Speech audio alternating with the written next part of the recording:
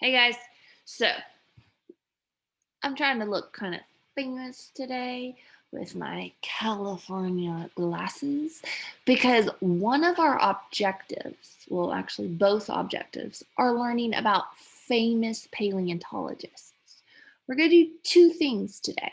First thing, we're going to read about them because you've got to put something in the head to explain it.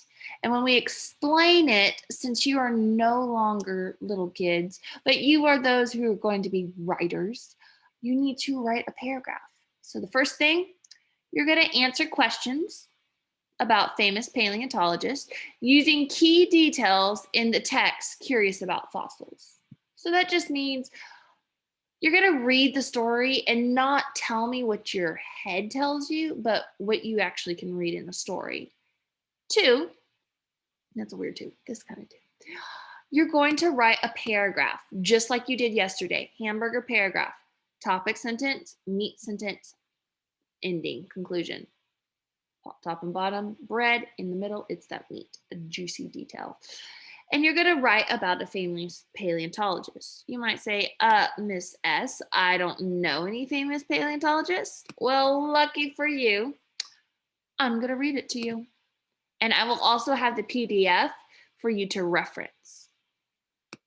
We're not in a huge hurry, so just take your time in going through this stuff. Your brain, the more you practice, the stronger you will be.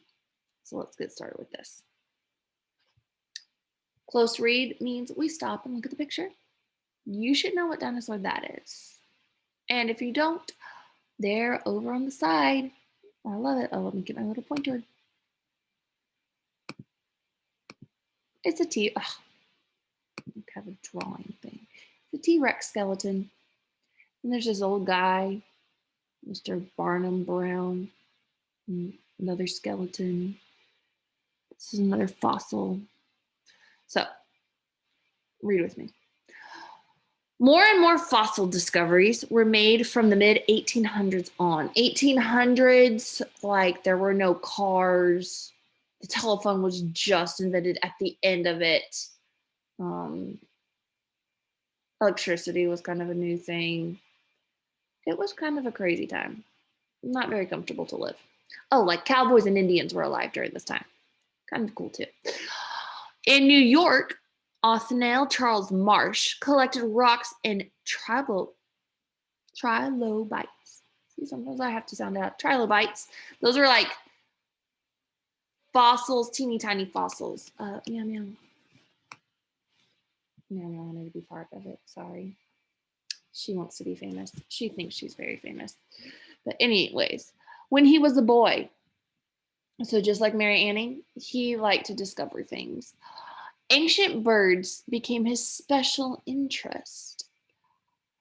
Marsh developed the idea that prehistoric birds such as Ichthyosaurus and Hesperornis were descendant from dinosaurs, types of birds. Today, his theory is considered fact. Now, when you're reading a text like this and there's a word in a different color, you should pay attention because it's an important word. And if you had this book, you could go to the very back and it would tell you about the word. Sometimes we don't have that, and we use this thing called context clues. And you can say he developed the idea. A theory is an idea. It's a good idea. It's a probable idea. If I had a theory that I could eat ice cream for the rest of my life and be healthy, that would be a bad theory. But if I had a theory, if I exercise and ate healthy food, I could live longer. That's a good theory. But sometimes that's actually not a good example because theories can't always be proven. But it's just a really good idea. So this guy, he liked to think about bird dinosaurs. You could write about him if you wanted to. Next guy, Barnum or Mr. Bones Brown. Really, really liked bones. Let's see about him. He hunted fossils for the American Museum of Natural History in New York. He found hundreds, including the very first T-Rex skeleton. So cool with that. T-Rex. And so if you like your T-Rex, this guy discovered it a long time ago.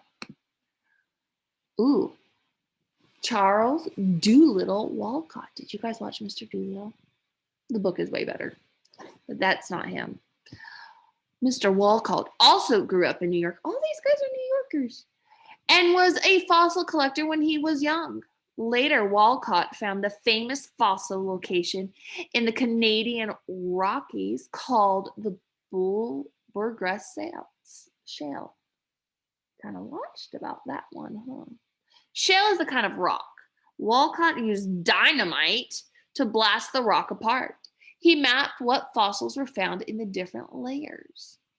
So there's a picture of Mr. Walcott and the shell. You can see the rocks look a little bit different. Here's some of the things he found, and here's his journal. Look at all the different types of things. So we talked about 3 different paleontologists. Walcott, and you can use this page. Mr. Bones, and then Mr. Marsh. So on your activity, I want you to, again, do a hamburger paragraph. We read about this. Now, let's do a paragraph about it. So, any questions, you can always log in and go to Zoom at 9:20 or at 2:30 to check in with us. Hope to see you. Bye.